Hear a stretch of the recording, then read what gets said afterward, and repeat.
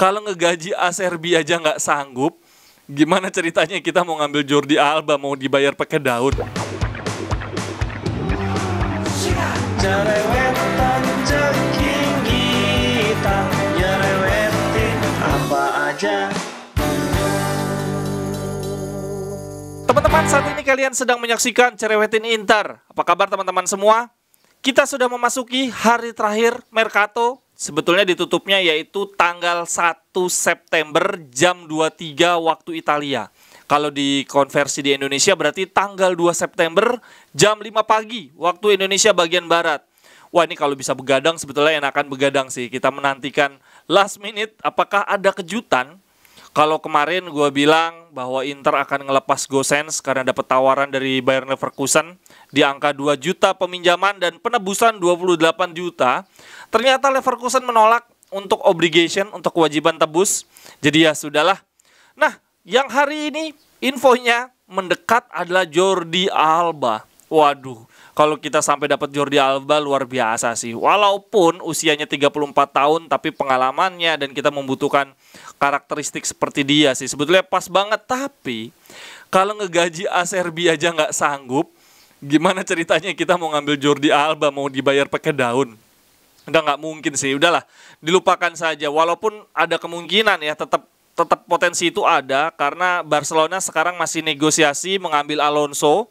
Kalau Alonso masuk ke Barca berarti Jordi Alba udah pasti tersingkir. Dari berita yang gua baca, Xavi nggak bisa menjamin menit bermain secara kontinu, secara konsisten gitu ya, setiap pertandingan dapat menit bermain.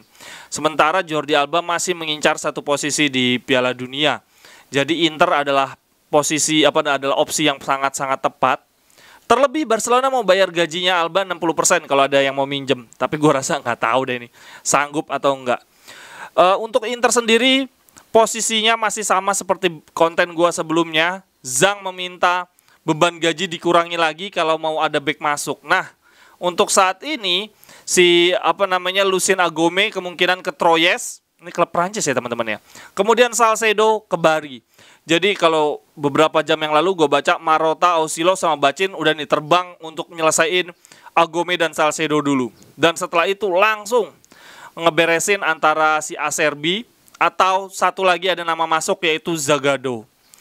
Zagadou di Dortmund gak dapat tempat. Mungkin gajinya beda tipis sama Acerbi atau lebih dikit, tapi parah banget sih teman-teman. Usianya sih masih 23 tahun, cuma dia juga belum dapat kesempatan bermain di levelan Dortmund, apalagi di Serie A, lebih parah lagi. Usianya 23 tahun tuh yang ngapain, mendingan kita kemarin ngambil Van Hoosen, ngambil Pirola, udahlah mendingan yang berpengalaman. Oh ya, ngomong-ngomong backnya Dortmund, si Akanji akhirnya ke Manchester City. Nggak mungkin lah kita sanggup tuh gaji. Dia kayaknya ditebusnya berapa ya, 16 juta kalau nggak salah. Dan gajinya 5,5 juta, ya ampun. Angka segitu ngapain sih kita kemarin-kemarin bermimpi, udah nggak mungkin lah itu.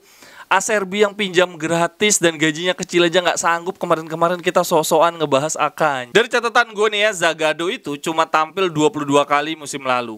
Itu pun jarang jadi pemain inti. Musim sebelumnya lagi bahkan cuma tampil belasan kali. Waduh, ini parah banget sih. Dan itu dia pengalaman belum ada di Liga Jerman. Udah gitu dia nggak punya pengalaman di Serie A. Kalau dia ke Serie A, ambiar. Mendingan Fontana Rosa sekalian sih menurut gua. Kalau menurut teman-teman, apakah ada Mr. X yang datang di menit-menit akhir? Apakah center back atau barengan sama left wing back?